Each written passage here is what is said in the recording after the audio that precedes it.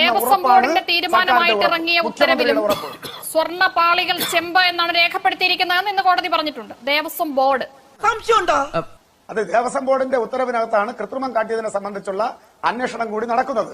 ആ അന്വേഷണമാണ് മുരാരി ബാബുവിലേക്കും മറ്റുദ്യോഗസ്ഥരിലേക്കും ചെന്ന് നിൽക്കുന്നത്. അതിനെ സംബന്ധിച്ച് കൃത്യമായി ഹൈക്കോടതിയുടെ ദേവസ്വം ബെഞ്ച് പറഞ്ഞിട്ടുണ്ട്, ഉദ്യോഗസ്ഥർ കൃത്രിമം കാട്ടി. നിഷ വായിച്ചപ്പോ സമയത്ത് മറ്റാരെങ്കിലും കൃത്രിമം കാട്ടി എന്നുള്ള വരി അതിനകത്തുണ്ടായിരുന്നില്ലല്ലോ. അത് വഴിയേ അറിഞ്ഞോളൂ. ആ തലവാചകത്തിനകത്ത് ദേവസ്വം ബോർഡ് പ്രസിഡന്റും ദേവസ്വം ബോർഡ് അംഗങ്ങളുമാണെന്ന് നിർവചിക്കാൻ മനോരമയും നിഷയും അങ്ങനെയാണ് നിർവചിക്കുന്നതെങ്കിൽ എനിക്ക് നിങ്ങളെ കുറ്റപ്പെടുത്താൻ വേണ്ടി കഴിയില്ല. അങ്ങനെയാണ് നിങ്ങളുടെ നിർവചനമെങ്കിൽ. അല്ല, ഞങ്ങളുടെ നിർവചനം വിടൂ. നിങ്ങളുടെ നിർവചനം എന്താണ് ദേവസ്വം ബോർഡ് എന്നുള്ളത്?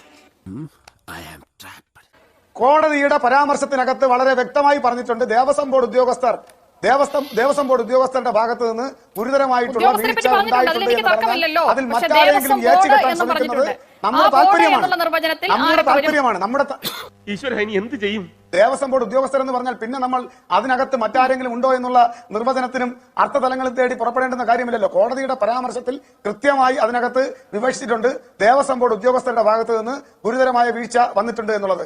നാളെ മറ്റാരെങ്കിലും കൂടെ ചേർത്ത് പരാമർശം കോടതി നടത്തുകയാണെങ്കിൽ അതിനെ സംബന്ധിച്ച് ചർച്ച ചെയ്യുന്നതിനും അഭിപ്രായ പഠനം നടത്തുന്നതിനും ഞങ്ങൾക്ക് യാതൊരുവിധ മടിയുമില്ല.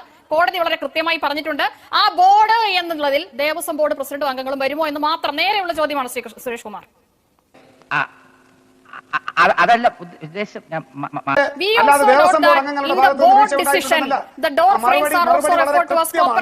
ബോർഡിന്റെ തീരുമാനത്തിലും സ്വർണ്ണപ്പാളികൾ ചെമ്പാണ്. ആരാണ് ഈ ബോർഡ്?